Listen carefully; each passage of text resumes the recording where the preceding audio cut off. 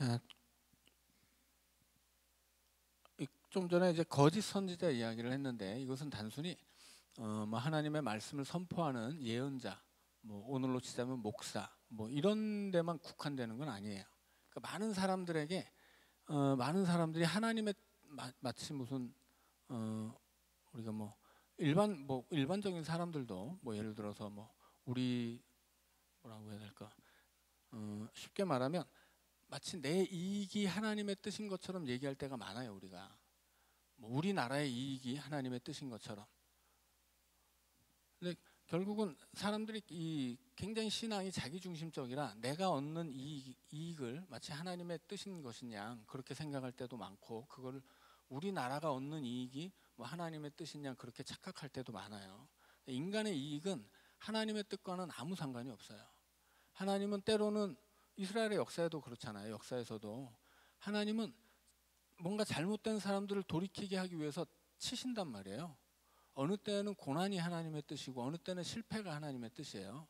우리는 늘상 성공이 하나님의 뜻이고 내가 계획한 것이 성취되는 것이 하나님의 뜻이고 병들었으면 낫는 것이 하나님의 뜻이라고 생각해서 하나님의 뜻을 왜곡한단 말이에요. 내 이익을 중심으로. 그러니까 단순히 거짓 예언자들만 그렇게 하나님의 말씀을 왜곡하는 것이 아니라 대다수의 하나님 믿는 사람들이 그렇게 하나님의 뜻을 오해하고 왜곡해요. 내 이익에 맞춰서. 그래서 우리는 어느 때든 내 이익이 하나님의 뜻은 아니라는 것을 알아야 돼요. 그리고 함부로 하나님의 뜻을 얘기해서도 안 되는 거죠. 마치 뭐 내가 생각하는 계획이 뭐 우리 교회를 위한 하나님의 뜻인 것처럼, 내가 생각하는 어떤 내용이 뭐 우리나라를 위한 하나님의 뜻인 것처럼 함부로 얘기하면 안 돼요. 그건 그냥 내 생각일 경우가 많거든요. 자, 그래서 거짓 예언자가 따로 있는 게 아니라 내 생각에 맞춰서 하나님의 뜻을 해석하고 내 이익에 맞춰서 하나님의 말씀을 이해하는 사람들이 다 거짓 예언자들이 되는 거예요.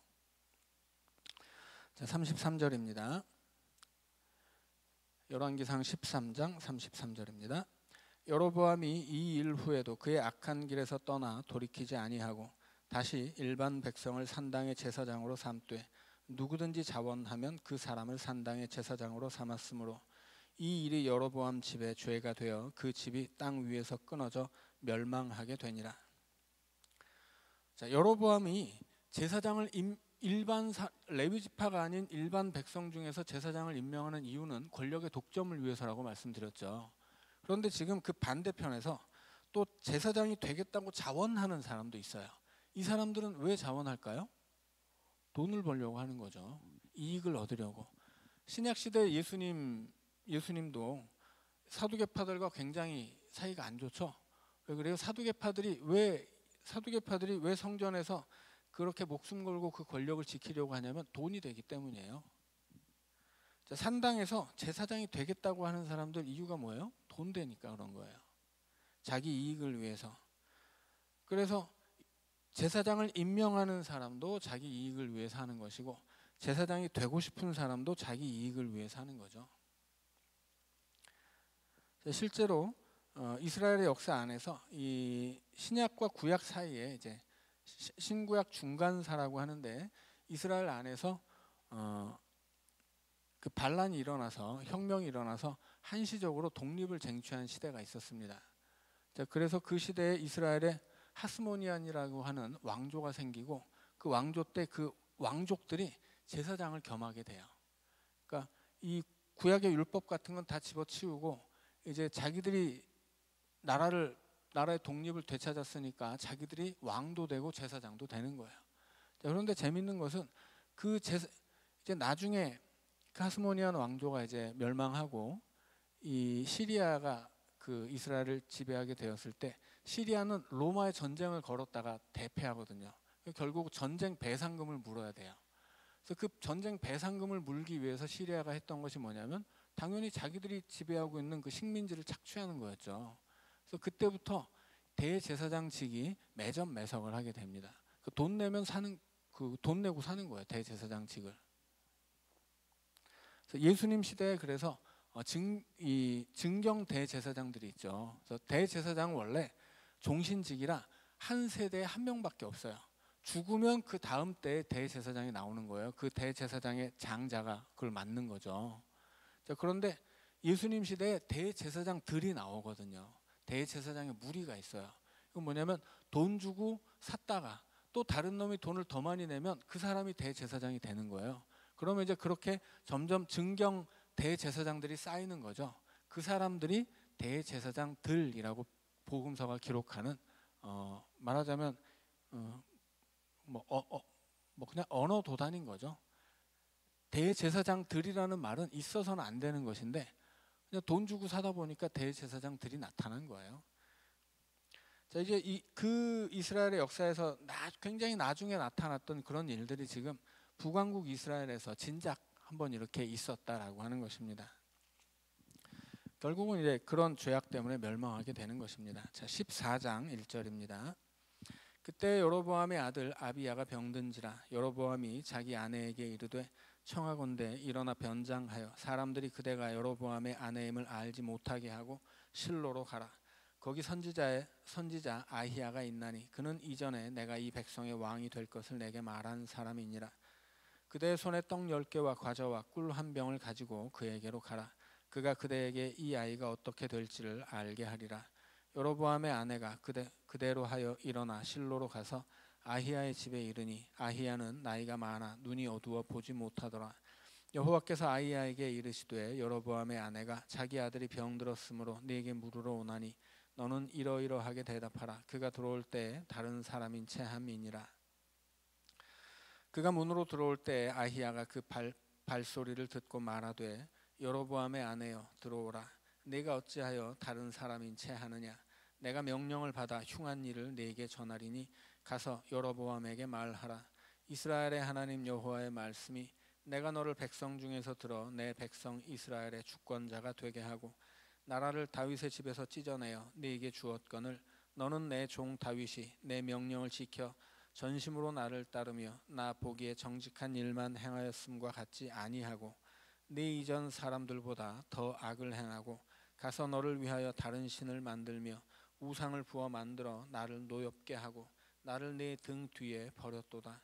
그러므로 내가 여로보암의 집에 재앙을 내려 여로보암에게 속한 사내는 이스라엘 가운데 매인 자나 노인 자나 다 끊어버리되 거름더미를 쓸어버림같이 여로보암의 집을 말갛게 쓸어버릴지라.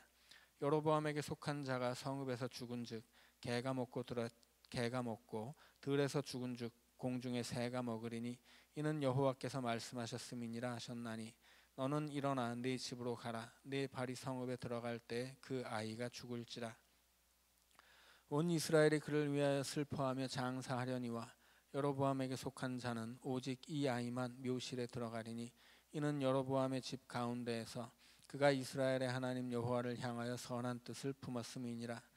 여호와께서 이스라엘 위에 한 왕을 일으키신즉 그가 그날에 여로보암의 집을 끊어버리리라. 언제냐 하니 곧 이제라. 여호와께서 이스라엘을 쳐서 물에서 흔들리는 갈대같이 되게 하시고 이스라엘을 그의 조상들에게 주신 이 좋은 땅에서 뽑아 그들을 강 너머로 흩으시리니 그들이 아세라 상을 만들어 여호와를 진노하게 하였음이니라. 여호와께서 여로보암의 죄로 말미암아 이스라엘을 버리시리니 이는 그도 범죄하고 이스라엘로 범죄하게 하였음이니라 하니라.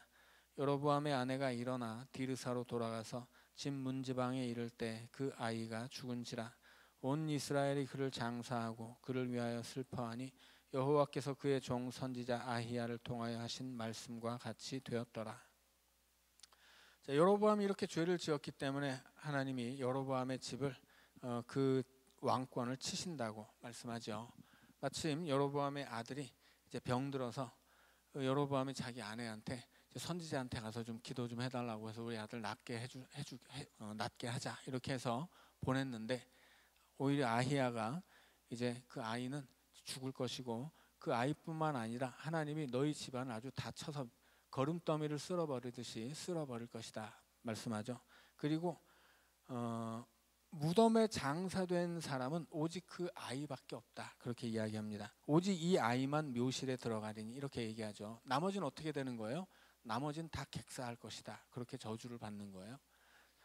그러니까 어린 아이니까 이것은 어린아이가 병들어 죽으면 이스라엘 백성들에게는 이것이 당시에는 저주로 여겨졌습니다.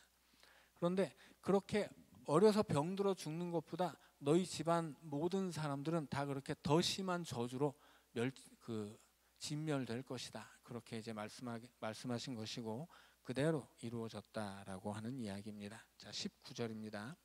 여로보암의 그 남은 행적 곧 그가 어떻게 싸웠는지와 어떻게 다스렸는지는 이스라엘 왕 역대시략에 기록되니라. 여로보암이 왕이 된 지 22년이라. 그가 그의 조상들과 함께 잠에 그의 아들 나답이 대신하여 왕이 되니라. 자, 그렇게 이제 여로보암은 죽고 그 여로보암 다음에 이어서는 그의 아들 나답이 왕이 되고 뒤로 이제 가서 읽어보면 나답이 이제 그 다른 바하사라고 하는 사람에게 암살당하게 되고 이제 여로보암의 집안이 멸절되는 이야기가 나옵니다. 자, 이제 이야기는 남왕국으로 넘어가죠. 자, 21절입니다. 솔로몬의 아들 르호보암은 유다 왕이 되었으니 르호보암이 왕위에 오를 때 나이가 41세라. 여호와께서 자기 이름을 두시려고 이스라엘 모든 지파 가운데에서 택하신 성읍 예루살렘에서 17년 동안 다스리니라. 그의 어머니의 이름은 나아마요 암몬 사람이더라. 자, 솔로몬의 아들 르호보암이 이제 유다 왕이 되었어요. 통합 이스라엘의 왕이 아니라 나라가 둘로 쪼개지고 남왕국 유다의 왕이 되었다라고 하는 뜻이죠. 자, 그런데 17년 동안 예루살렘에서 다스리게 되는데 그의 어머니가 암몬 사람이다 이렇게 이야기하죠. 자, 이건 무슨 뜻이냐면 그러니까 르호보암은 예저녁에 좀 딱 그 운명이 정해져 있었던 사람이다 그런 이야기예요. 자, 그 어머니가 암몬 사람인 이유가 뭘까요? 당연히 솔로몬이 암몬 여인을 데려다 결혼을 했기 때문이에요. 1000명의 처와 첩 중에 암몬 여인이 있어서 그 암몬 여인이 솔로몬에게서 르호보암을 낳은 거죠. 원래는 그렇게 이방 여인과 통혼하면 안 되고 나라를 지키려면 외교적인 방책을 사용할 것이 아니라 하나님을 의지했어야 되는데 외교에 힘쓰는 솔로몬이 암몬 여인을 데려다가 그렇게 부인으로 삼고 나중에는 암몬 여인이 섬기는 그 우상을 섬기고 그 우상의 산당을 세우고 그 아들이 르호보암인 거예요. 그러니까 이 아들은 그렇게 아버지의 길을 따라서 멸망하게 된다라고 하는 것을 어머니의 이름을 통해 알게 하는 것입니다. 자, 22절입니다. 유다가 여호와 보시기에 악을 행하되 그의 조상들이 행한 모든 일보다 뛰어나게 하여 그 범한 죄로 여호와를 노엽게 하였으니 이는 그들도 산 위에와 모든 푸른 나무 아래에 산당과 우상과 아세라 상을 세웠음이라. 그 땅에 또 남색하는 자가 있었고 여호와께서 이스라엘 자손 앞에서 쫓아내신 국민의 모든 가증한 일을 무리가 본받아 행하였더라. 참 안타까운 것은 그의 조상들이 행한 모든 일보다 뛰어나게 하여 무슨 얘기예요? 아주 죄 짓는데 뛰어났다는 얘기예요. 뭐 선한 일을 하는데 뛰어났으면 좋겠는데 아주 죄 짓는 일에 아주 탁월했다 그런 뜻이죠. 자, 그래서 온갖 우상을 섬기고 산마다 푸른 나무 아래 산당과 우상과 아세라 상을 세웠다 이야기입니다. 자, 25절입니다. 르호보암 왕 제5년에 애굽의 왕 시삭이 올라와서 예루살렘을 치고 여호와의 성전의 보물과 왕궁의 보물을 모두 빼앗고 또 솔로몬이 만든 금 방패를 다 빼앗은지라. 르호보암 왕이 그 대신 노수로 방패를 만들어 왕궁 문을 지키는 시위대 대장의 손에 맡김에 왕이 여호와의 성전에 들어갈 때마다 시위하는 자가 그 방패를 들고 갔다가 시위소로 도로 가져갔더라. 자, 솔로몬 시대에 그렇게 금과 은이 넘쳐났던 이유는 뭐예요? 하나님이 약속해 주신 것을 이루었다고 말씀드렸죠. 하나님 솔로몬에게 언약을 한 거야. 하나님은 언약을 지키죠. 근데 솔로몬은 언약을 지키지 않습니다. 그래서 어떻게 돼요? 솔로몬 때에는 다윗 때문에 나라를 뺏지 않지만 이제 그 아들 때에는 솔로몬 때문에 나라를 둘로 쪼개버리겠다 약속하시죠. 그리고 그 솔로몬이 누렸던 은과 금은 그 모든 부귀와 영화는 뭐예요? 다 하나님의 선물이었어요. 그러니까 지금 이 솔로몬의 아들 르호보암이 우상 숭배하고 죄 짓는 데 뛰어나게 되니까 하나님이 솔로몬에게 주셨던 그 모든 그 부귀와 영화를 애굽의 시삭을 통해서 다 거두어 갔다 그런 뜻입니다. 그래서 이제는 더 이상 금 방패가 없어요. 그 금 방패는 하나님의 복을 상징하는 물건이었는데 다 애굽에게 뺏기고 뭐만 남았어요? 놋방패. 금방패를 뺏긴 다음에 다시 금방패를 만들 돈도 없는 거예요. 놋방패를 계속 쓰고 있으니까. 자, 그래서 이제 그동안 이스라엘에 쌓여 있었던 모든 부귀와 영화는 애굽의 시삭에게 싹 빼앗겨 버리고 이스라엘은 기껏해야 놋으로 만든 방패로 그 왕궁을 지키게 되었다라고 하는 이야기입니다. 자, 29절입니다. 르호보암의 남은 사적과 그가 행한 모든 일은 유다 왕 역대지략에 기록되지 아니하였느냐. 르호보암과 여로보암 사이에 항상 전쟁이 있으니라. 르호보암이 그의 조상들과 함께 자니 그의 조상들과 함께 다윗 성에 장사되니라. 그의 어머니의 이름은 나아마요 암몬 사람이더라. 그의 아들 아비암이 대신하여 왕이 되니라. 자, 이렇게 르호보암에 대한 안타까운 이야기도 이제 끝났습니다. 그래서 르호보암은 솔로몬에게 온전한 이스라엘을 받았지만 나라가 둘로 쪼개지고 그 나라가 쪼개지지 않을 수 있는 기회를 얻었지만 자기 발로 차버렸죠. 그리고 죄 짓는 데 뛰어난 르호보암이 그 이전에 자기 조상들보다, 그 조상들은 누구겠어요? 솔로몬과 사울이죠. 사울이 했던 짓을 이제 르호보암이 그대로 하니까 더 죄 짓는 데 뛰어나서 어떻게 돼요? 솔로몬 때의 나라에 쌓여 있었던 그 모든 하나님이 주셨던 그 부귀를 다 이제 빼앗기게 되고 기껏해야 이제 놋방패만 남게 되죠. 그리고 이제 그렇게 나라가 몰락한 가운데 르호보암은 죽음을 맞이합니다. 자, 15장입니다. 느밧의 아들 여로보암 왕 18째 해 아비암이 유다 왕이 되고 예루살렘에서 3년 동안 다스리니라. 그의 어머니의 이름은 마아가요 아비살롬의 딸이더라. 아비암이 그의 아버지가 이미 행한 모든 죄를 행하고 그의 마음이 그의 조상 다윗의 마음과 같지 아니하여 그의 하나님 여호와 앞에 온전하지 못하였으나 그의 하나님 여호와께서 다윗을 위하여 예루살렘에서 그에게 등불을 주시되 그의 아들을 세워 뒤를 잇게 하사 예루살렘을 견고하게 하셨으니 그는 다윗이 햇사람 우리아의 일 외에는 평생에 여호와 보시기에 정직하게 행하고 자기에게 명령하신 모든 일을 어기지 아니하였습니다. 르호보암과 여로보암 사이에 사는 날 동안 전쟁이 있었더니 아비암과 여로보암 사이에도 전쟁이 있으니라. 아비암의 남은 사적과 그 행한 모든 일은 유다 왕 역대지략에 기록되지 아니하였느냐. 아비암이 그의 조상들과 함께 자니 다윗 성에 장사되고 그 아들 아사가 대신하여 왕이 되니라. 자, 역대지략에 기록되지 아니하였느냐 이런 것은 질문이 아니라 역대지략에 기록되어 있다라고 하는 거죠. 지난 시간에도 말씀드렸지만 이 시대에 그렇게 이제 글을 쓰는 방식인 거죠. 이게 표현 그 시대 글쓰기 표현 방법이에요. 자, 결국은 이제 여로보암의 아들 아비암이 유다 왕이 됐는데 3년밖에 다스리지 못하고 이제 다시 그 뒤를 이어서 아사가 유다 왕이 됩니다. 그런데 아사는 다윗같이 하나님 보시기에 다윗같이 정직한 사람이에요. 그래서 10절에 보면 41년 동안 다스립니다. 오랫동안 다스릴 수 있는 그 왕권은 그가 가지고 있는 신앙 때문이라고 하는 거죠.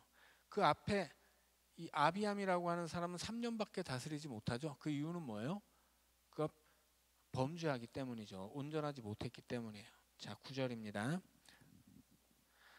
이스라엘의 여로보암 왕 제20년에 아사가 유다 왕이 되어 예루살렘에서 41년 동안 다스리니라. 그의 어머니의 이름은 마아가라 아비살롬의 딸이더라. 아사가 그의 조상 다윗같이 여호와 보시기에 정직하게 행하여 남색하는 자를 그 땅에서 쫓아내고 그의 조상들이 지은 모든 우상을 없애고 또 그의 어머니 마아가가 혐오스러운 아세라 상을 만들었으므로 태후의 위를 폐하고 그 우상을 찍어 기드론 시냇가에서 불살랐으나 다만 산당은 없애지 아니하니라. 그러나 아사의 마음이 일평생 여호와 앞에 온전하였으며 그가 그의 아버지가 성별한 것과 자기가 성별한 것을 여호와의 성전에 받들어 드렸으니 곧 은과 금과 그릇들이더라. 자, 이 아사라고 하는 왕에 대해서 그는 하나님 보시기에 정직하게 행한 왕이었죠. 그래서 41년을 다스리게 됩니다. 41년은 다윗과 솔로몬이 다스렸던 40년에 1을 더한 거예요. 그러니까는 그가 얼마나 하나님 앞에 온전했는가 이것을 알려주는 것입니다. 그런데 재밌는 것은 14절에서 다만 산당은 없애지 아니하니라 이렇게 이야기합니다. 여기서 없애지 않았다라고 하면 우리말로 적으면 없애지 않았다라는 것은 그냥 이 아사라는 왕이 의도적으로 없애지 않은 것처럼 보이는데 그게 아니에요. 없애지 않았다는 것은 결과일 뿐이고 그의 의도는 아니에요. 이게 무슨 뜻이냐면 이스라엘의 역사 안에서 우상 숭배가 쭉 이어져 오는데 우상 숭배의 핵심이 어디에 있었냐면 산당에 있습니다. 이스라엘 역사 안에서 가장 큰 우상 숭배, 가장 질긴 우상 숭배, 심지어는 요시아조차도 끊어내지 못했던 우상 숭배가 산당이에요. 산당을 누가 만들었어요? 지금 르호보암과 여로보암이 동시에 만들었죠. 그러니까 솔로몬 시대에도 산당이 있었어요. 그때의 산당은 예루살렘 성전이 없기 때문에 만들어진 산당이에요. 그런데 성전이 만들어진 다음에도 이스라엘 역사 안에 산당이 있는데 이 솔로몬 이후에 남과 북으로 갈라진 나라에서 동시에 산당이 의도적으로 만들어졌어요. 정치적인 이익을 위해서. 그래서 그 산당은 뭐야? 아까 말씀드린 것처럼 단과 베델에 성전을 만들어 놓은 다음에 단과 베델은 나라의 북쪽 끝과 남쪽 끝이잖아요. 여기까지 가기 어려운 사람들은 그냥 네가 사는 동네에서 우상을 숭배하고 남쪽으로는 가지 말아라 라는 뜻으로 만든 게 산당이에요. 그래서 이 산당은 뭐냐면 생활 밀착형 우상 숭배예요. 그러니까 말하자면 풀뿌리 우상 숭배죠. 이 가장 이스라엘 백성들이 생활 속에서 늘 이 실천하는 우상 숭배가 산당 때문에 생겨난 거예요.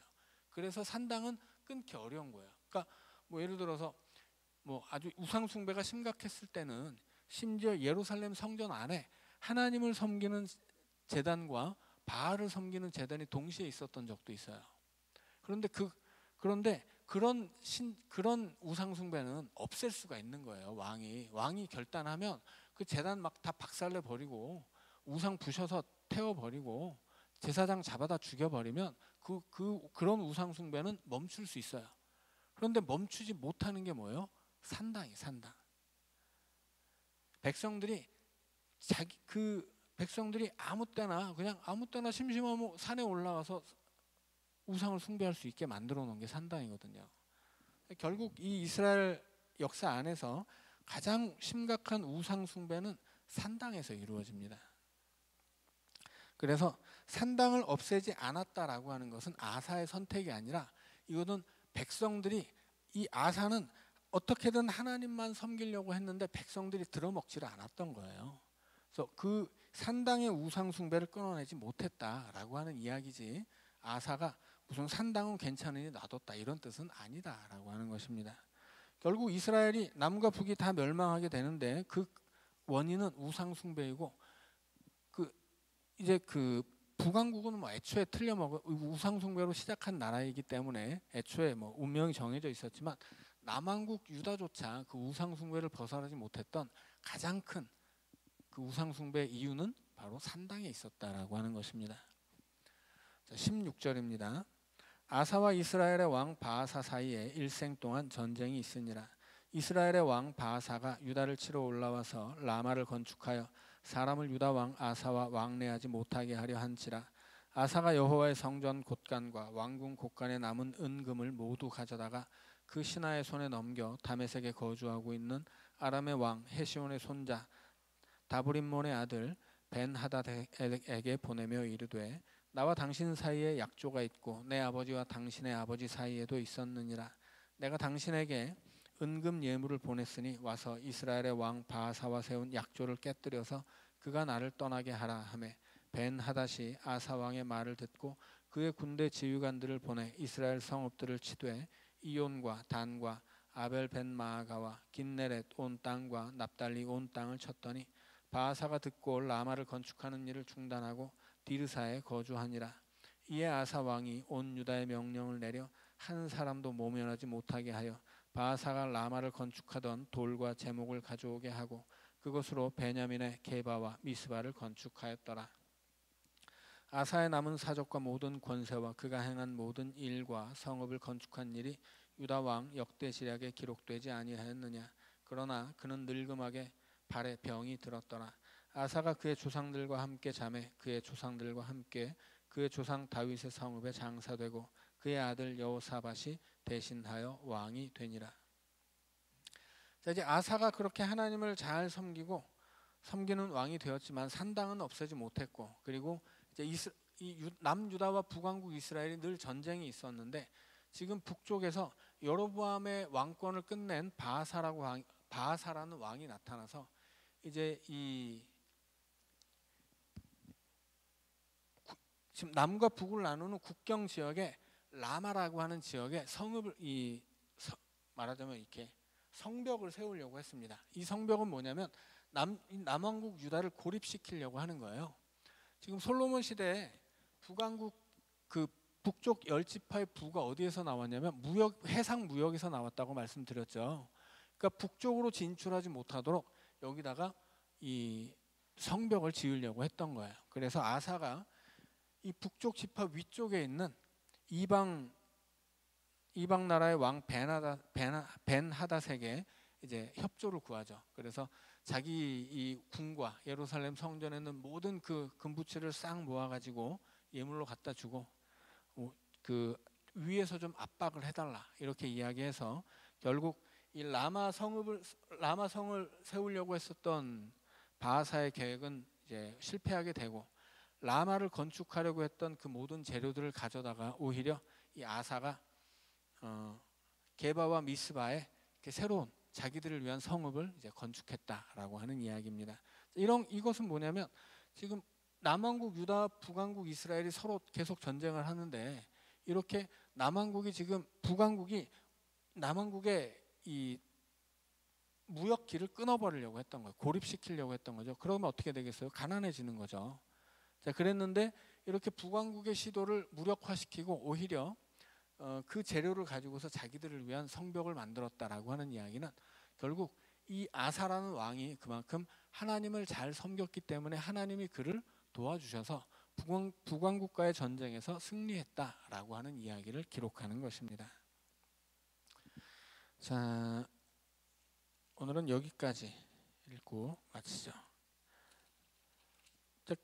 지금 이제 계속 아까도 말씀드렸지만 12장부터 16장까지 이제 엘리야와 엘리사 선지자들 이야기가 나오기까지 이제 남왕국 유다와 북왕국 이스라엘의 여러 왕들의 이야기가 나와요. 그리고 이제 선지자들 이야기가 나온 다음에는 또 이제 왕들 이야기가 나올 텐데, 자, 이런 역사를 통해서 지금 이 신명기 역사가 열왕기가 우리에게 알려주고자 하는 것은 우상 숭배가 나라를 쪼개지게 하고 거짓된 예언자들에게 속아서 나라가 망하는 것이고 너희들의 예배가 온전하지 않아서 나라가 망하는 것이다. 결국 그들의 역사 속에서 나라가 망하는 이 하나님의 심판이 왜 우리에게 다가오느냐? 그것은 우상 숭배 때문이고 거짓 예언자들을 통해서 회개하지 못했기 때문이고 이 불법적인 예배를 드림으로써 하나님 앞에 온전한 예배를 드리지 못했기 때문이다. 그래서 크게 세 가지 주제가 있는 거예요. 우상 숭배하는 것, 회개하지 않는 것, 하나님 앞에 온전히 예배드리지 못하는 것. 이 세 가지가 멸망의 이유였다라고 하는 것을 우리에게 알려주는 것입니다. 자, 기도하죠. 사랑의 하나님, 오늘도 우리가 살아가는 세상 속에서 믿음 지키게 하시고 우상 섬기지 않게 하여 주옵소서. 우리는 연약하여 죄를 짓지만 그러나 주님 늘 회개할 수 있는 지혜와 용기를 허락하여 주시고 하나님 앞에 온전한 예배를 드려서 하나님을 기쁘시게 하는 하늘의 백성들로 살게 하여 주옵소서. 예수님 이름으로 기도하옵나이다. 아멘.